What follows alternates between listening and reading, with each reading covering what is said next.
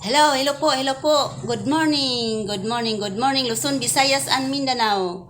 At sa ibang bansa, lalo na po ang mga viewers kong mga busing. Ito po mga busing, magluluto ako ngayon ng aking breakfast. Simple lang mga busing, ang gardenirang pobre mga busing, magluluto ng simpleng ulam.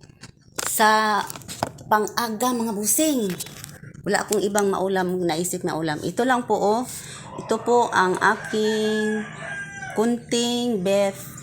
Prinito ko muna mga busing ng olive oil. Ito po mga busing yung kunting beef. At ito naman ang aking mga gulay na broccoli, kunting carrots, kunting okra, kunting yung organic ampalaya mga busing.